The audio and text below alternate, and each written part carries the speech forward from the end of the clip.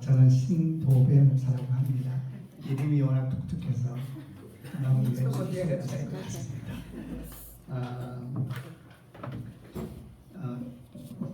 저를 조금 소개하는 것이 오늘 나눈 내용에 좀 도움이 될 것 같습니다. 저는 이제 교회를 개척을 한 15년 정도 하고 있습니다. 그리고 섬기는 교회가 조금 독특성이 있는데 공동 목회를 하고 있습니다. 담임 목사가 2명입니다. 그래서 이제 그렇게 목회를 잘 하고 있습니다. 그리고 이제 학교와 관련돼서는 제가 장신대 교수를 역임한 건 아니고 이제 겸임 교수로서 저 학생들과 만나서 교회에 대한 이야기를 함께 나누고 공부를 하고 있는 일을 같이 하고 있어서 이제 아까 교수가 이렇게 말씀을 해주신 것 같습니다. 제가 이제 지난번에 공주 갔을 때도 그렇고 또 오늘 여러분 뵈러 오면서도 여러분 뵙는 것이 어떤 의미일까 좀 생각을 했습니다. 저는 이제 주로 교회도 그렇고 또 학교에서 학생들을 만나면서 어떤 주제를 가지고 고민을 많이 하냐면 현재 우리가 서 있는 한국 교회가 어디에 서 있는 것일까? 우리 선배들이 걸어가는 길 그리고 현재 이제 저희 세대 저는 나이도 미리 말씀드리면 저는 65년생 만으로 59세입니다. 그래서 이제 지금 제가 서 있는 세대, 우리 선배들이 걸어갔었던 세대, 제가 서 있는 세대, 그리고 이제 제가 학교에서 만나는 뭐 젊게는 20대 후반, 30대 이런 이제 후배들이 앞으로 걸어갈 목회의 자리는 지금 어떻게 변해가고 있는 것일까? 이런 것에 대한 고민을 많이 하고 있고 또 학생들과 이 주제에 대해서 이제 여러 가지 얘기도 많이 나누고 이제 이런 일들을 주로 하고 있어서 제가 생각해 여러분 아마 다 저 선배이실 것 같아서 제가 뵙는 이유는 뭘까 생각해 보니까 어쩌면 이제 제가 여러분과 나눈 얘기는 들은 부분도 있으실 것이고요. 또 좀 조심스럽게 들린 부분도 있으실 것인데 다 제가 오늘 나누길 원하고 그리고 이제 기도해 주시도록 이제 우리 선배들이 걸어오셨던 목회 상황도 지금 겪고 있는 상황하고 젊은 후배들이 맞이하고 있고 맞이할 상황은 정말 많은 변화를 겪고 있다는 것은 아마 잘 아실 겁니다. 그걸 좀 더 직접적인 내용을 가지고 좀 얘기를 해보려고 하고요. 그뿐만이 아니고 제가 이제 허락받기로는 5시까지 시간을 받았는데 제가 한 4시 반까지 이렇게 생각을 하고 있습니다. 그래서 시간이 좀 허락하면 좀 민감 문제 돈에 대한 얘기도 좀 해보려고 합니다. 돈 얘기는 제가 금년부터 굉장히 중요한 적인 주제가 되고 학교에서도 이제 학생들하고 조금 얘기 나누기 시작하는데 너무 중요한 주제인데 아무도 말을 안 해요. 말을 안 하고 심각한 상황이 돼 있는데 말을 하지 않고 있어 이 부분을 어떻게 할 수 있을지 이제 제가 주로 나눴던 것은 아까 제가 말한 것처럼 후배들과 주로 나눈 대화이기 때문에 선배님들 또는 저 또래하고도 그래 관련이 없습니다. 관련이 없다는 건 돈 문제에 관련이 없다는 것이 아니고 저희가 후배들에게 제시하고 있는 재정을 관리 이렇게 해야 된다는 방향은 거의 저하고도 관련 없고 여러분도 관련 없습니다. 왜냐하면 제가 학생들하고 하는 이야기는 30대, 40대만 할 수 있는 미래 준비와 관련되어 있어서 저는 이미 신대원생들에게 퇴직 준비에 대한 얘기를 하기 시작하거든요. 퇴직 준비는 67대 이상은 절대 안 되고 교회가 워낙 지금 감소 추세에 들어갔기 때문에 복음을 위해서 목회자의 자리를 지키기 위해서 우리 앞에 부딪히고 있는 우리가 넘어야 되는 장벽들이 무엇이고 기꺼이 감수해야 되는 장벽이 뭔가 그 중에 하나가 돈 문제가 있거든요. 이런 얘기도 뒤에 시간이 되면은 좀 같이 해보도록 하겠습니다. 우선 이제 사실 제가 지금 나눈 것은 공주에서 했던 얘기도 있고 좀 더 포함돼서 좀 새롭게 한 내용도 있는데 우선 앞에 있는 내용을 보면은 한국 교회가 맞이하는 도전들에 제가 2가지만 표현을 해봤습니다. 하나는 교회는 이제 혐오 시설이 되었다. 2번째는 교회 개척 시대는 끝났다. 이렇게 표현을 했는데 제가 알기로는 다 목사님들 그러시죠. 또 뭐 사모님도 계신 모르겠습니다만 저도 이제 목사로 일을 하고 있습니다. 목사님들 교회는 혐오 시설 되었다라는 말이 어떻게 느껴지세요? 마음이 아주 상하서 혐오 시설은 뭔지 아주 술집 뭐 말하자면 그런 것이 혐오 시설입니다. 저는 그 국민학교 주변에 가까이 있어서 안 될 옛날에 시설들이 있었잖아요. 그게 혐오 시설입니다. 혐오 시설은 주변을 미분양식으로 해치기도 하고 아이들에게 건강한 영향을 못 주기 때문에 법에 의해서 제한받기도 하고 일정 거리를 뛰어야만 할 수 있는 이런 걸 혐오시라는 의미잖아요. 근데 교회가 이미 혐오시가 되었다라고 표현했는데 저는 처음에 이 말을 들었을 때 굉장히 불쾌했습니다. 목사로서 그리고 주님을 사랑하는 사람으로서 몸된 교회를 함께 이루고 있는 성도로서 어떤 사람이 이런 말을 듣고 쉽게 긍정할 수 있겠습니까? 너무너무 마음이 상하고 그랬는데 문제는 이제 이 말을 한 분이 누구였냐면 그분도 목사님이었는데 저는 이제 학교도 같이 하고 교회도 하면서 처치 브릿지라고 하는 개척교회 연합 모임을 하고 있는데 이제 처치 브릿지는 저보다 다 후배들만 좀 더 많은 후배들만 모아서 목사들끼리 모여가지고 목회 얘기 함부로 하는 건 너무 위험하더라고요. 다음 하나님께서 부르셔서 그 자리에 세우셨는데 누가 누구를 얘기한다는 게 쉽지가 않아서 아예 저보다 많이 좀 후배들 모여가지고 처음부터 그런 시작을 하면서 어떤 이제 그런 모임도 같이 하고 있는데 그 모임을 하고 있는 목사님들과 함께 코로나 때에 그래도 우리가 공부를 하자. 지금 우리가 어디에 서 있는지 계속 파악하고 우리가 해야 될 일이 뭔지를 도전하자 이런 마음을 가지고 여기저기 찾아다니면서 강의를 듣는 중에 DMZ 안에 있는 한 교회 목사님이 민통선 안으로 들어가서 농사도 하고 문화사역도 하고 교회도 하면서 목회를 잘하고 계시다는 분이 계셔서 저희가 거기를 방문했습니다. 방문해서 목사님 강의를 듣는데 그분이 얘기하는 중에 갑자기 이 표현을 하더라고요. 교회는 이미 혐오 시절이 됐습니다. 그래서 강의를 저는 이제 듣는 목사 중에 한 명이었는데 너무 마음이 상했죠. 상하고 화가 나고. 그런데 아마 우리 목사님도 느끼실지 몰라도 너무 마음에 화가 나는데 진짜 마음이 상하고 무너지는 것은 그걸 아니다라고 말할 수 없는 것 같은 현실 때문이었습니다. 근데 그분이 말하는 이유는 이랬습니다. 자기가 목회하는 쭉 다녀보니까 사람들이 교회를 안 좋아한다는 거예요. 왜 안 좋아하느냐? 교회가 오면 우선 주변이 시끄러워지고 교회가 오면 집값이 떨어지고 교회가 오면 교통 문제 생기고 이런 얘기를 해서 사람들이 집 가까이 교회 오면 안 좋아한다 이 얘기를 하더라고요. 그러면서 이 목사님 말하기를 그게 혐오심 아니면 뭡니까? 여전히 이제 제 마음 너무너무 불쾌한 상황이고 그런데도 불구하고 그게 말이 되느냐라고 말하지도 못하는 상황에서 모두가 이제 목사들이 앉아있는 상황이었습니다. 그래서 마음이 너무너무 번잡했습니다. 그게 2020년인가 21년 경이었는데 저한테 깊이 남아있는 불쾌한 얘기를 했었고 그리고 불쾌함을 하면 끝나버리면은 그게 내게 무슨 의미가 있겠습니까? 그래서 나는 목사로서 이 일을 어떻게 봐야 될 것이냐 이런 고민도 하게 되는 주제 중에 하나가 됐습니다. 그러다가 작년경인데 저희가 이제 첫 브릿지 기자 중에 모임은 우선 이제 멘토 그룹이 한 7개, 8개 교회가 있어서 멘티 그룹을 함께 이제 관계를 맺어서 걸어가고 있는데 멘토 그룹 목사님들은 이제 조건이 몇 가지 있습니다. 우선 본인이 개척을 해야 된다. 그래서 개척은 후배를 도울 수가 있으니까 개척을 하고 그리고 좀 표현은 이제 젊은 사람들의 표현입니다. 욕먹지 않고 있어야 된다. 교회 바깥에서 봐도 그래 저 교회는 그래도 좀 이상하지는 않네 이런 말은 최소한 들어야 된다. 뭐 다 무슨 말씀인지 아실 겁니다. 이제 그런 마음을 가지고 후배들과 함께 걸어왔던 길을 함께 걸어갈 수 있는지 그래서 정말 좋은 분들이 함께 오는데 그 중에 하나가 양평에 있는 참 저희가 사랑하는 우리 동역자들인데 책 보고 가게 책가게하고 공룡교회라고 하는 교회가 하나 있는데 아주 좋습니다. 사실 책방을 해가지고 교회가 유지 안 되는데 이 둘이 아주 인텔리어예요. 그래가지고 이 책방을 중심으로 해가지고 책 그룹 나눔 모임이 굉장히 많은데 다 회비가 있습니다. 근데 그냥 하는 게 아니라 잘합니다. 그래서 예를 들면 거기에 속해서 중학생들이 거기 와서 고등학교까지 한 6년 정도 책을 계속 읽으면서 서로 토의하고 하면은 거의 책 읽는 수준이 대학생 정도 수준이 되는 만큼 그러니까 이제 원래 그 사람들이 그걸 시작할 때 교회를 시작한 게 아니라 책 보고 가기라고 하는 책방을 먼저 시작했거든요. 그리고 자기는 목사든 얘기하지 않고 그냥 젊은 사람으로서 아이들과 함께 있는 그런 시간을 가는데 이제 그게 안민사에 와서 보니까 좋은 거죠. 그래서 이제 마음 카페라 그러잖아요. 지역의 마음 카페에 아니 여기 너무 좋은 책방이 있다. 이래서 가다 보니까 그냥 젊은 목사들이 물론 젊다가 50대입니다.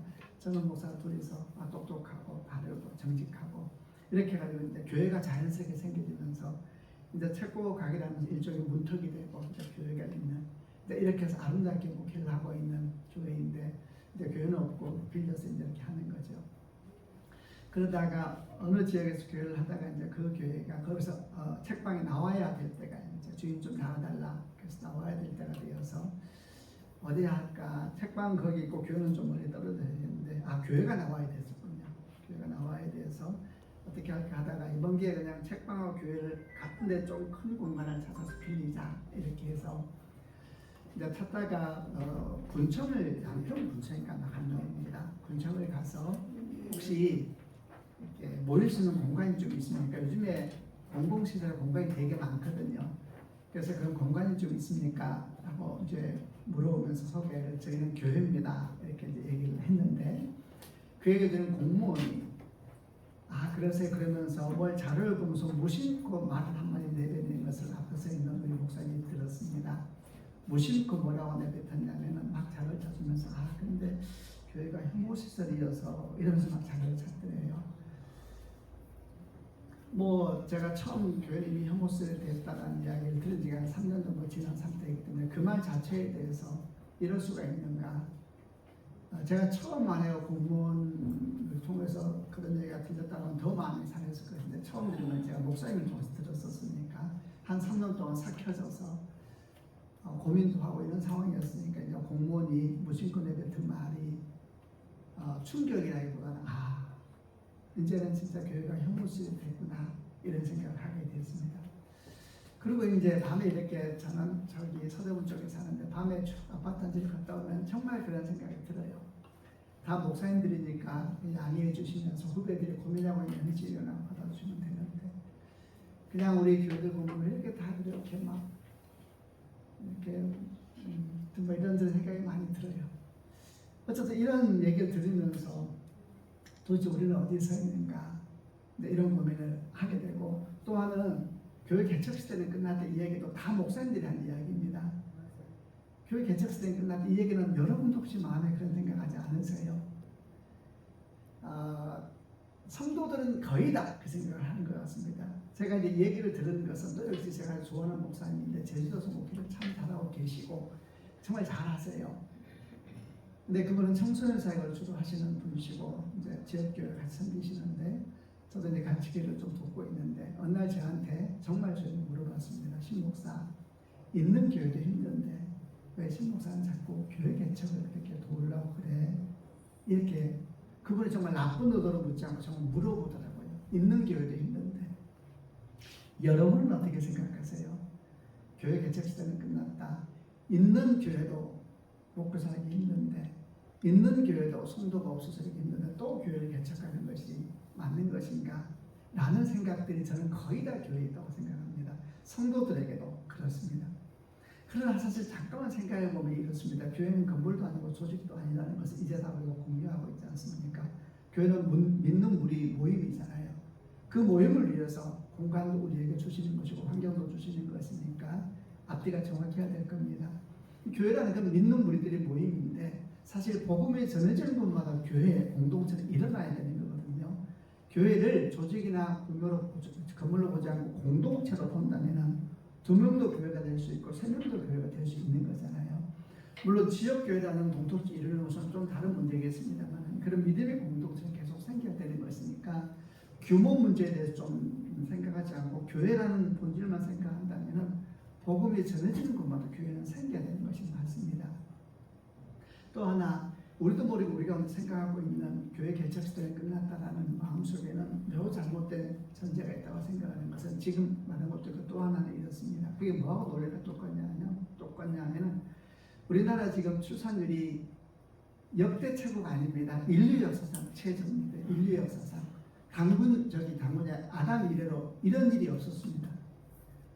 작년 0.72였거든요. 이게 얼마나 놀라운지 제가 설명을 숫자로는 감이 안 옵니다. 엄청난 숫자입니다. 이게 왜 그러면 청년들이 아이를 안 가지려고 그러고 결혼 안 하려고 그러냐 단순하잖아요. 불편하다는 거잖아요. 그게 혼자 사기 편하다는 얘기잖아요. 애 왜 안 기르냐. 애 기르는데 돈도 너무 많이 들고 애가 맞이하면 미래도 너무 힘들다 그러고 나보다 더 힘든 미래가 기다리고 있다 그러는데 내가 왜 애를 길러가지고 내 인생도 힘들고 내 후손도 힘들게 만드냐라는 말 속에서 이런 것이 많이 있는 것 같기도 해요. 똑같은 논리입니다. 입가를 해서 애를 안 낳는 순간 소멸이 시작되거든요. 이미 한국은 소멸되고 있다는 얘기는 이것은 비유가 아닙니다. 한국은 이미 소멸의 길로 들어섰거든요. 교회도 같습니다. 아니 기성교회만 잘하면 되지. 여러분 다 목회하시면서 아시겠습니다만 기성교회 역할하고 개척교회 역할이 저는 다르게 느껴집니다. 다른 것 같더라고요. 다 역할이 있는 것 같아요. 어떤 것이 옳다 그러다는 아니면 다 역할이 있는데 어쨌든 이렇게 제가 두 가지 표현했습니다. 교회 형모스를 드렸다, 교회 개척사를 드린다. 이게 다 목사님들이 말입니다. 그리고 이 말 속에는 굉장히 깊은 패배의식이 자리 잡고 있는 것이 아닌가 생각을 합니다. 교회가 문제이다. 또 이런 표현하는 분도 계세요. 이렇게 가면 우리 유럽 교회처럼 될 것이다. 요즘에는 그렇게 말하는 분도 없어요.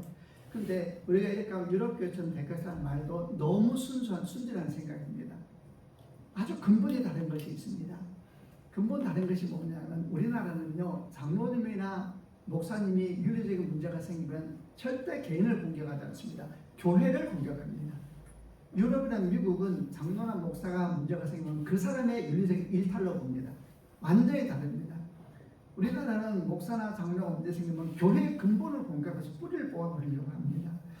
조심스러운 말입니다만 그냥 저는 이래요. 저도 이제 우리나라 국민인데 우리 안에 있는 이 건강하지 못한 것이 뭘까? 이것이 어쩌면 우리 조상이 좋다 나쁠 따서 우리 신화 자체가 무당이잖아요.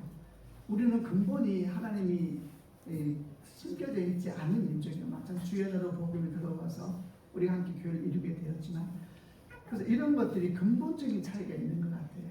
우리는 뿌리를 뽑아보려고 합니다.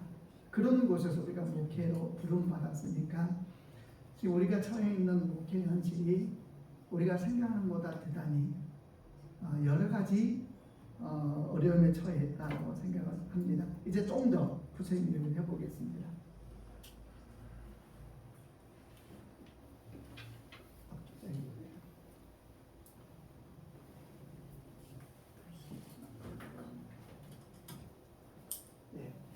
제가 개신교 인구 비율 추이라는 걸 가져왔는데 이 자료의 배경은 목회 데이터 연구소 혹시 아시는지요? 목회 데이터 연구소 자료는 저는 매우 정확한 자료 중에 하나라고 생각합니다.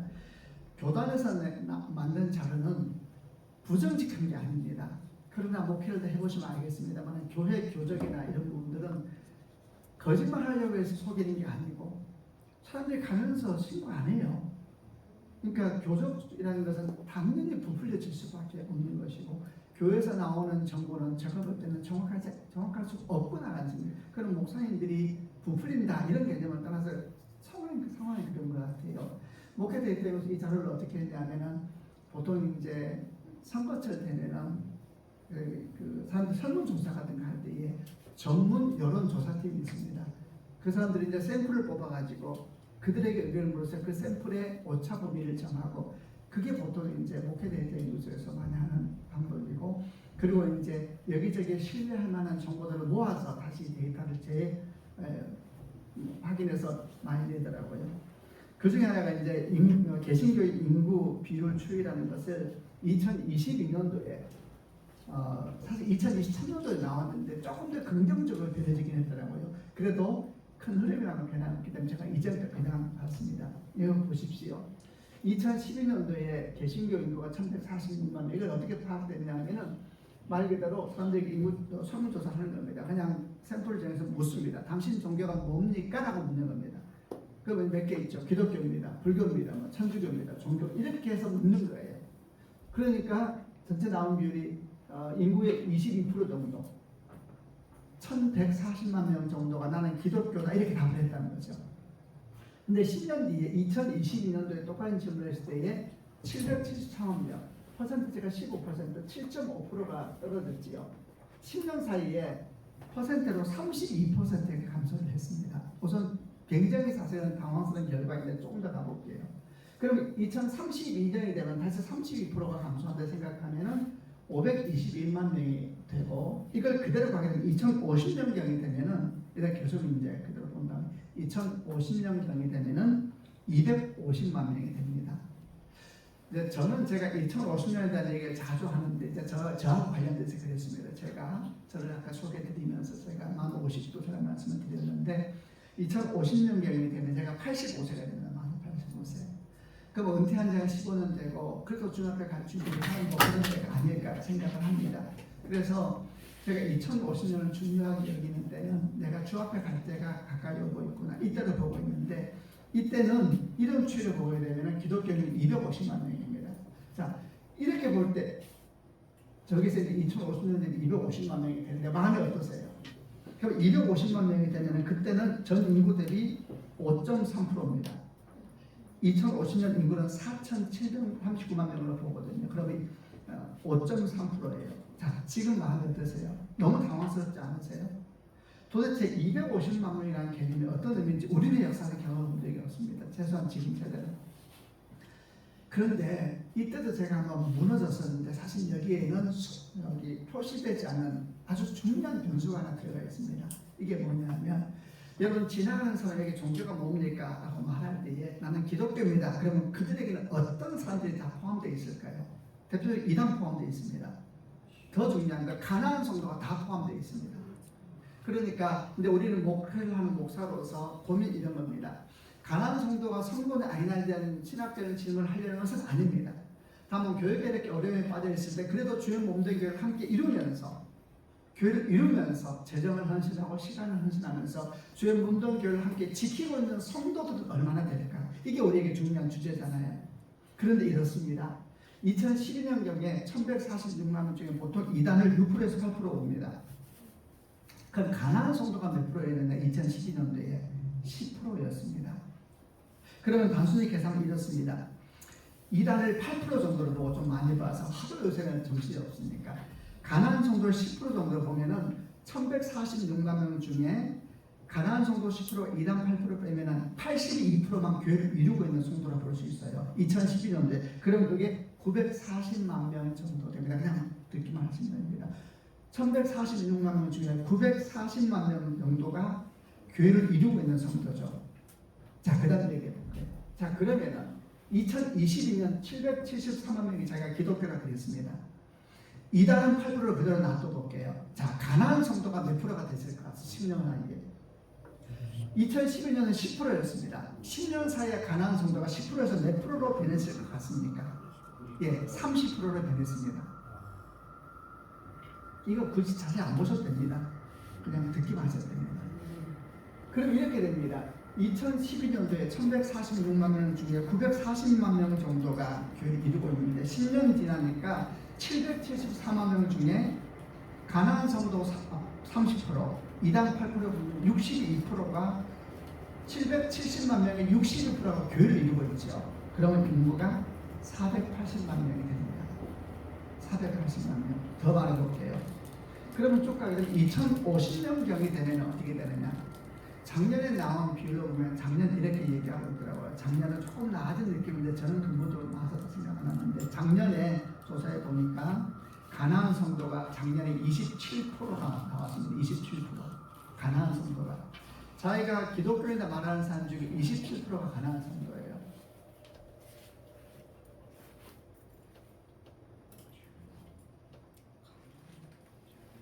잘 안 보이셔서 그러시는 거죠? 네, 그래가지고 요 불을 끄면은 더 화나지 않을까요? 저 앞에 불 다 끄면 됩니다. 앞에 불을 끄면은 앞에 화나게 불을 될 다 것 끄시죠. 같아요. 네. 요 불. 예, 네. 예. 이거 안 봐도 됩니다. 그냥 들으시면 됩니다. 그리고 이거 가져가서 또 공부할 거 아니시잖아요. 전체 흐름만 들으시면 돼요. 네, 그리고 나중에 기도하실 때만. 화면을 크게 보여준다고요.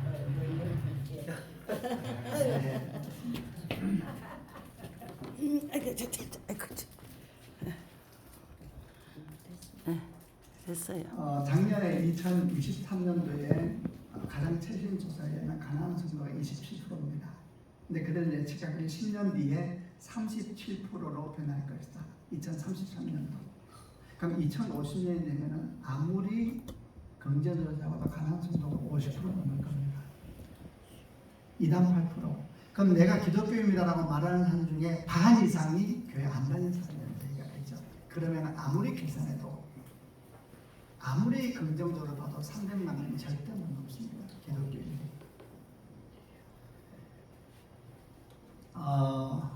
이게 도대체 무엇을 의미하는 것일까? 300만 명이 안 되면 결국 200만 명대 되면은 우리나라 전체가 미존도 종족으로 떨어지게 되는 겁니다. 3%대. 그냥 다 목회자들이 있으니까 우리가 이 땅을 떠나는 것에서 두려워할 건 아니니까 최소한 저는 이런 생각이 들었습니다. 제가 이런 자료를 쭉 보다가 마음이 무너졌던 것은 부흥하는 세대를 선물로 받더니 미종조 종족을 남기고 죽는구나 이런 생각이 들더라고요. 사실 저는 이 자료를 처음 보면서 이런저런 생각하고 또 문득 보다가 제가 어느 날 질문하게 됐거든요. 여기에 가나안 종교가 포함되어 있는 것일까? 그리고 이제 조사하는 목회대 때문에 소장하고 얘기하다가 포함되었다는 얘기를 듣고 정말 무너져 버렸습니다. 이게 도대체 무엇을 의미하는 것일까? 그게 현재 우리가 있는 그리고 제가 이제 여러분 제가 이제 여러분 연세를 모르니까 어쨌든 간에 저희가 남교늘 교회 그렇게 부흥의 교회를 선물을 받더니 남겨놓은 것은 미존도 종족을 남겨놓고 은퇴하는 그런 세대가 우리 세대입니다.